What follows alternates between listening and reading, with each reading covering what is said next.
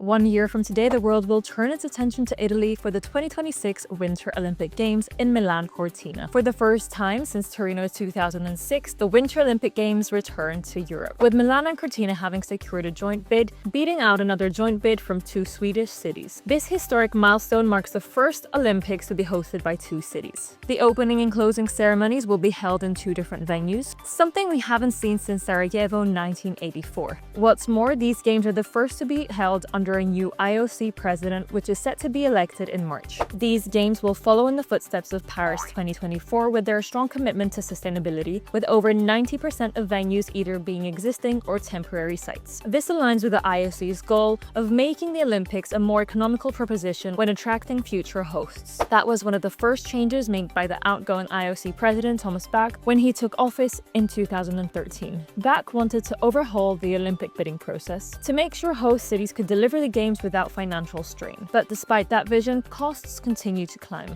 Originally budgeted at 1.58 billion euros, estimates now exceed 2 billion euros. The Cortina Sliding Center, set to host bobsleigh, luge and skeleton, has reportedly nearly doubled in cost to 80 million euros, while the new ice hockey arena has soared from 180 million euros to almost 300 million. Reported delays and cost overruns are a familiar challenge for host cities, but Milan Cortina face growing pressures to prove the investment is worth it. Crucial to the event running to budget will be sponsorship income. The organizing committee has a revenue target of 550 million euros, spanning 4 domestic partnership tiers. The premium partner tier currently consists of energy companies Enel, Eni, postal service provider Poste Italiane, and sports equipment brand Solomon. In the various other tiers, you've got brands like EA7, TIM, and Salesforce. Ticket sales will also be crucial. As of mid-January, 350,000 people had already registered for ticket updates, with over 70% of interest coming from international fans. On a more positive note,